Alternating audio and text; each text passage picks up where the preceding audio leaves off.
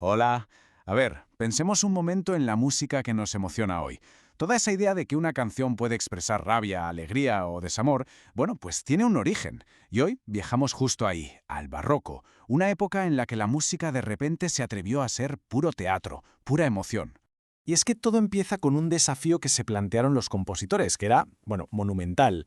¿Cómo se le pone música a una emoción? O sea, ¿qué notas, qué ritmos pueden capturar la alegría, el dolor o el amor de una forma que de verdad nos llegue?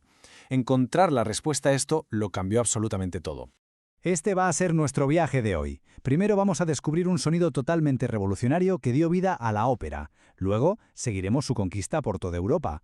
Veremos cómo ese drama se coló hasta en la música de iglesia y al final asistiremos a su propia crisis y transformación.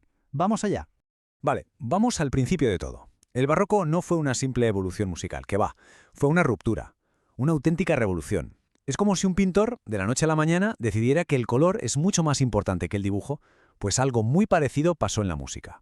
Para que nos situemos en el tiempo, estamos hablando de un periodo que va más o menos desde el año 1600 hasta 1750, con la muerte de Johann Sebastian Bach. Pero la figura clave del inicio, el que de verdad encendió la mecha, fue Claudio Monteverdi, porque en 1605, con su quinto libro de madrigales, no solo publicó música, publicó un manifiesto.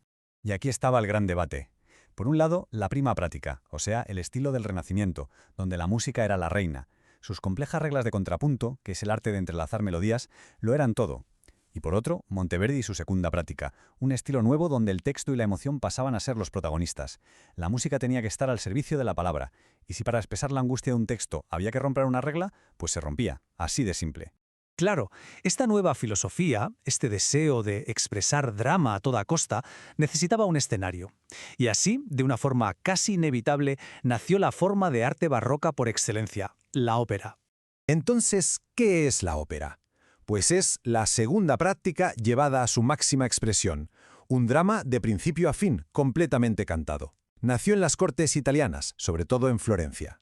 Allí, un grupo de intelectuales y artistas, conocidos como la Camerata Bardi, soñaba con resucitar el antiguo teatro griego creando un espectáculo donde la música estuviera al servicio total de la historia.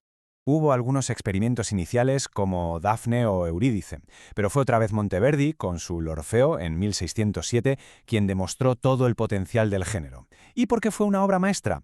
Porque supo equilibrar a la perfección el recitativo, que son esas partes cantadas que hacen avanzar la trama, con arias cargadas de emoción y con partes orquestales potentísimas. Creó un espectáculo total. Dentro de la ópera, el momento cumbre, el de la verdad emocional, era el aria, y en especial el aria da capo. Su estructura A-B-A era infalible. Es como contar una historia. Primero, en la sección A, se presenta el sentimiento principal, por ejemplo, estoy muy triste. Luego, en la B, llega un contraste, pero recuerdo un momento feliz. Y al final, se vuelve a la sección A, pero con muchísima más intensidad. De verdad, qué triste estoy. Y aquí se le permitía al cantante improvisar, adornar y desatar todo su virtuosismo. Como es de imaginar, esta nueva forma de arte, tan potente y directa, no se quedó solo en Italia. Rápidamente se extendió por toda Europa. Pero claro, cada país la adaptó a su manera, a sus gustos y a sus tradiciones.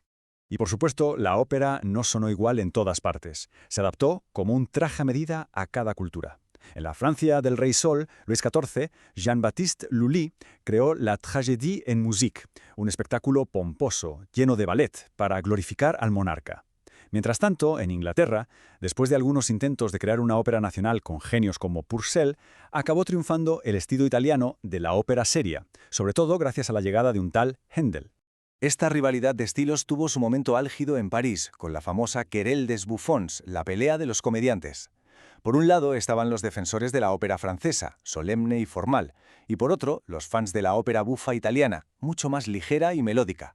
Fue un debate nacional que demuestra que la ópera importaba, y vaya si importaba. Bueno, pasemos ahora a ver cómo esta nueva forma de sentir la música, tan dramática y expresiva, no se limitó solo al teatro, sino que también encontró su hueco en un lugar mucho más sagrado, la iglesia. Aquí nació un género fascinante, el oratorio. Podemos pensar en él como una ópera de iglesia.